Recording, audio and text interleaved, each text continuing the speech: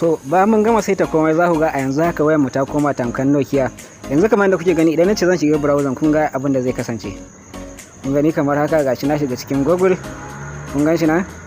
So sannan idan na dawo nan zan iya shiga idan ina son dan dana game hakan nan. Kun ga game nan ta fito kamar haka. Sannan kuma idan na zo zan iya shiga menu kamar haka.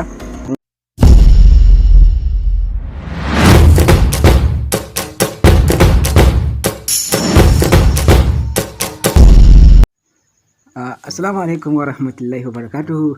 Barkanmu da sake kasancewa da ku a channel din Jabiri TV a wani sabon bidiyo kamar yadda muka saba.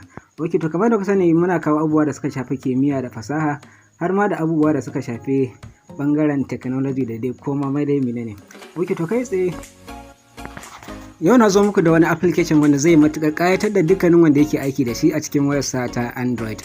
Aikin sa kuma ko ce yanda tsarin application din yake shine zaka iya mai da wayarka ta koma irin kamar Nokia da ka sani ta irin ta da aka yi yayin ta a baya, to kai tsaye zaka iya mai da wayarka da irin wannan tsarin kuma har ka yi aiki da ita kamar yadda ake yi da waccan.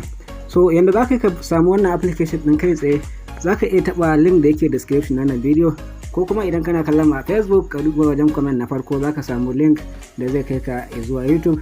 Idan a YouTube kake kallo ka taba link din da yake description, ko kuma ka zo cikin browser ka rubuta www.jabiritv.com.ng kamar yadda kuke gani kamar haka. So kai tsaye sai ka danna alamar searching.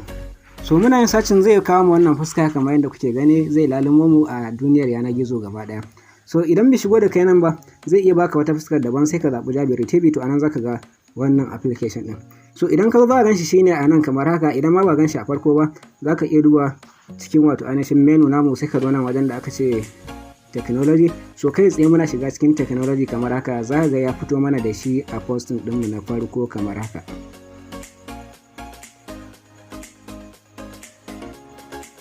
So bayan ya bamu wannan fuskar, abinda zamu yi shine sai mu taba kan sunan wato ainihin wannan post kamar yadda kuke gani.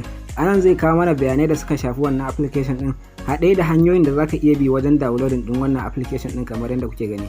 So kana taba wajen da aka ce click here, to kai tsaye zai baka dama ka sauke wannan application din ba tare da ka sha wahala ba. Daga nan bayan ka sauke zaka iya zuwa ka bi waɗannan matakan, domin da su ne zaka yi aiki wajen install nasa a cikin wayarka har ta kai da kana aiki da shi cikin sauki.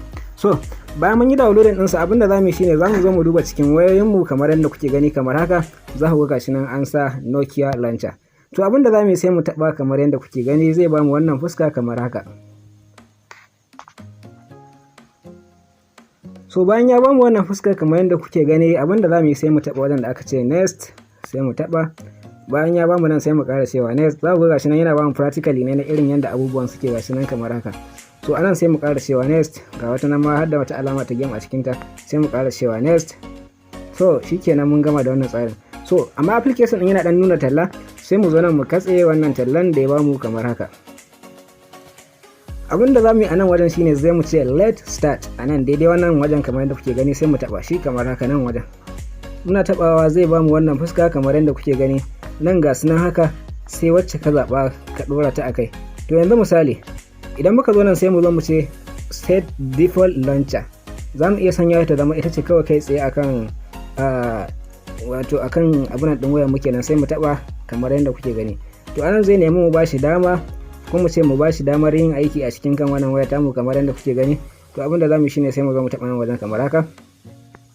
So zamu zo wajen da aka ce home app, gashi nan za ku ga an ce HOS launcher, sai mu taba shi kamar haka da kuke gani. Kun ga ya fito mana da Nokia launcher, sai mu maida shi kan Nokia launcher kai tsaye, sai mu koma baya. Muna komawa baya kamar haka, shikenan mun riga mun gama. So muna tabawa kai tsaye shikenan sai mu koma baya gaba ɗaya ma, sai mu fita daga cikin wannan ma application din gaba ɗaya. So muna fita kun ga yanda wayar ta koma kamar haka. Yanzu kun ga gashi nan yanda tsarin yake, zaka iya danna lambobi duk yanda kake bukata, kuma zaka iya gogewa kamar haka.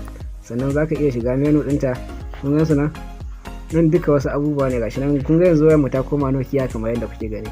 So wannan shine tsarin da zaka bi kamar da wayar ka tamkar Nokia, zaka iya aiki da ita kuma wajen kira da dukkanin wani abu da ka sani zaka iya aiki da ita. So anan da kawo ƙarshen bidiyon, kada ku manta ku danna mana subscribe, sannan ku yi liking, sannan ku danna alama ta subscribe. Nagode.